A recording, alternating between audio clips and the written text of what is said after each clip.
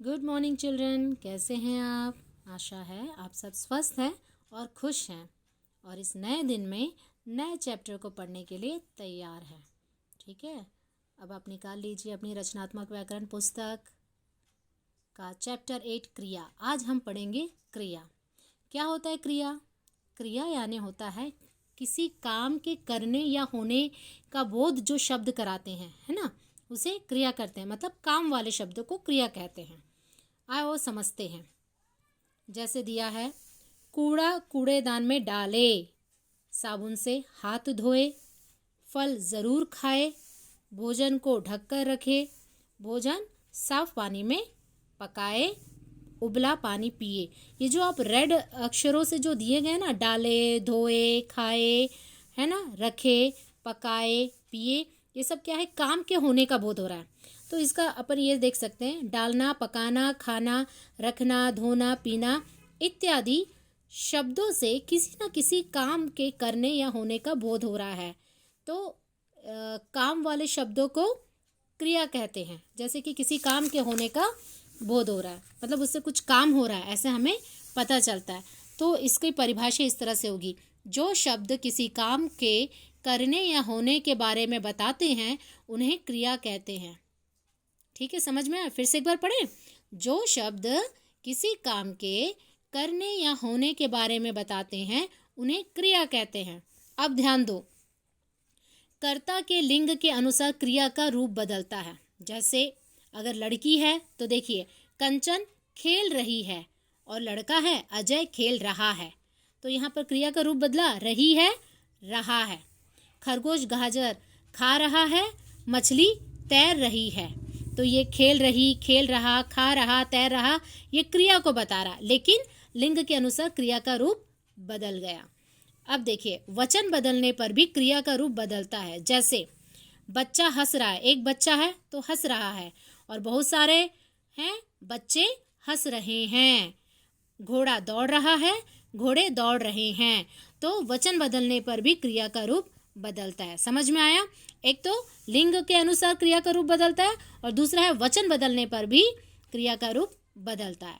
ठीक है, अब क्रिया का मूल रूप या धातु किसे कहते हैं? जैसे हंस, तो क्रिया शब्द क्या होगा? हंसना, हंसती, हंसता, हंसते, है ना। पढ़, इसको जो मूल रूप होता है ना, पढ़, हंस, सो, तो ये मूल रूप है, और उससे क्रिया शब्द बनते हैं। जैसे पढ़ से क्या क्रिया शब्द बन रहा है?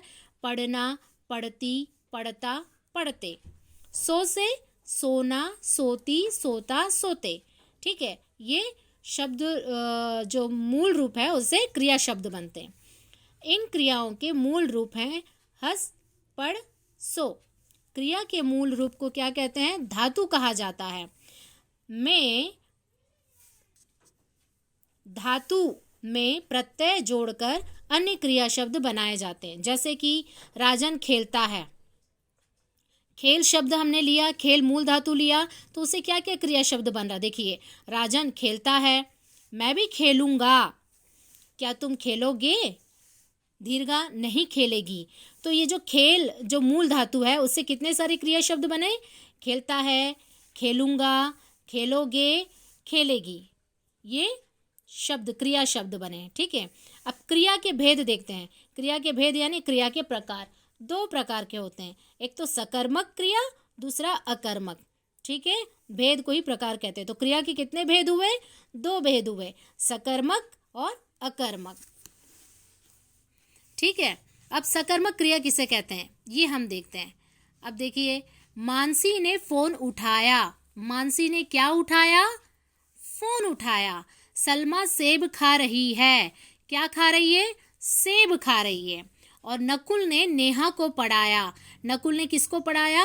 नेहा को। तो अब ये यहाँ देखिए, मानसी ने क्या उठाया? फोन। सलमा क्या खा रही है? सेब। नकुल ने किसे पढ़ाया? नेहा को।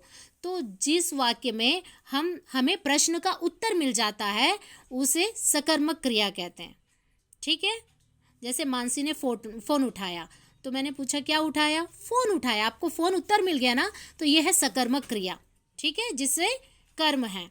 अब वाक्य में क्रिया के साथ क्या या किसे लगाकर प्रश्न पूछने पर जो उत्तर मिलता है वह कर्म कहलाता है। क्या कहलाता है? जो उत्तर मिलता है, जैसे कि फोन, सेब, नेहा, ये क्या है? कर्म है। यहाँ फोन, सेब, नेहा कर्म है। सकर्मक क्रियाओं में कर्म होता है या कर्म की संभावना होती है, इसलिए उठाना, खाना, पढ़ाना सकर्मक क्रिया है। ठीक है, समझ में आया? अब अकर्मक क्रिया, राहुल भाग रहा है, मंजूषा हंस रही है, बतख तैर रही है। अब इन वाक्यों में क्या या किसे प्रश्न करने पर उत्तर मिल रहा है कि आपको? कहाँ भाग रहा है? नहीं पता, लेकिन वो भाग रहा है। मंजूषा हंस रही है, क्यों हंस रही है? नहीं पता, लेकिन हंस रही है ना। और बतख तैर रही है, कहाँ तैर रही है ये भी नहीं पता, वो तालाब में तैर रही है, नदी में तैर रही है या नाले में तैर रही है, हमको पता नहीं है, तो इसका उत्तर हमको नहीं मिला। तो जिसमें प्रश्न का उत्तर नहीं मिलता है वो क्या होगा? अकर्मक क्रिया, क्योंकि इसमें कर्म नहीं है। ठीक है, यहाँ पर देखिए, फिर से देखिए, राहुल क्या भाग रहा है? उत्तर नहीं मिला अपन को। मंजूषा क्यों हंस रही है? तो उत्तर नहीं मिला। बतख क्यों तैर रहा है या कहाँ तैर रहे हैं? तो उसका भी उत्तर नहीं मिला। तो ये क्या हो? जिसमें उत्तर नहीं मिलता है उसे कहते हैं अकर्मक क्रिया। ठीक है बेटा, आपको यहाँ तक समझ में आया? ठीक, इन वाक्यों में कर्म नहीं है, ये अकर्मक क्रियाएं हैं। अकर्मक क्रियाओं में कर्म नहीं होता, सिर्फ कर्ता और क्रिया होती है। कभी कभी वाक्यों में दो कर्म भी होते हैं, जैसे असलम ने पूजा को उपहार दिया, तो यहाँ पर पूजा और उपहार दो कर्म है ना। तो क्या दिया? कर्म क्या है? उपहार दिया। और किसे दिया? पूजा को दिया। मतलब यहाँ दो प्रश्न बन रहे हैं और दोनों के उत्तर मिल रहे हैं, तो ये क्या है? द्विकर्मक, दो कर्म है इसमें। इस वाक्य में पूजा और उपहार दोनों ही कर्म है, यह द्विकर्मक क्रियाएं हैं। दो प्रश्न हमने पूछे, असलम ने क्या दिया? उपहार दिया। और किसे दिया? पूजा को दिया। तो पूजा और उपहार दो कर्म है, तो इसलिए ये वाक्य क्या होगा? द्विकर्मक क्रिया है। ठीक है, द्विकर्मक क्रिया इसमें। तो हमने अभी क्या जाना बेटा? हमने जाना जो शब्द किसी काम के करने या होने के बारे में बताते हैं उन्हें क्रिया कहते हैं। ठीक, और दूसरा, क्रिया के मूल रूप को क्या कहते हैं? धातु कहते हैं। ठीक, और क्रिया के दो भेद होते हैं, जैसे सकर्मक, कर्म की आवश्यकता होती है, और अकर्मक क्रिया, जिसमें कर्म नहीं होता। समझ में आया? सकर्मक और अकर्मक। और इसके बाद कभी कभी वाक्यों में दो कर्म भी होते हैं, उन्हें द्विकर्मक क्रियाएं कहते हैं, जिसमें दो कर्म, जैसे हमने यहाँ पर उदाहरण दिया ना, असलम ने पूजा को उपहार दिया, तो इसमें दो कर्म है, पूजा और उपहार, तो इसे कहते हैं द्विकर्मक। ठीक है, आई होप कि आपको अच्छे से समझ में आया। और आगे के जो अभ्यास कार्य हैं उसे भी दिया जा रहा है, आप उसे भी कर लेंगे। ठीक है, ओके बेटा, हैव अ नाइस डे।